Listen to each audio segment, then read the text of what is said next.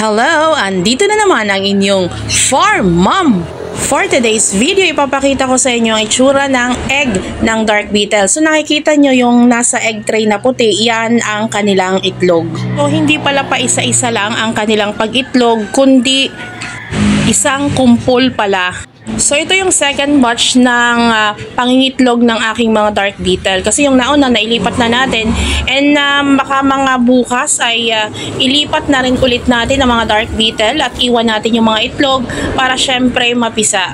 At dahil kukonti na lang ang kanilang feeds, nilagyan na natin ito ng Bio 2 at itong sayote as source of water.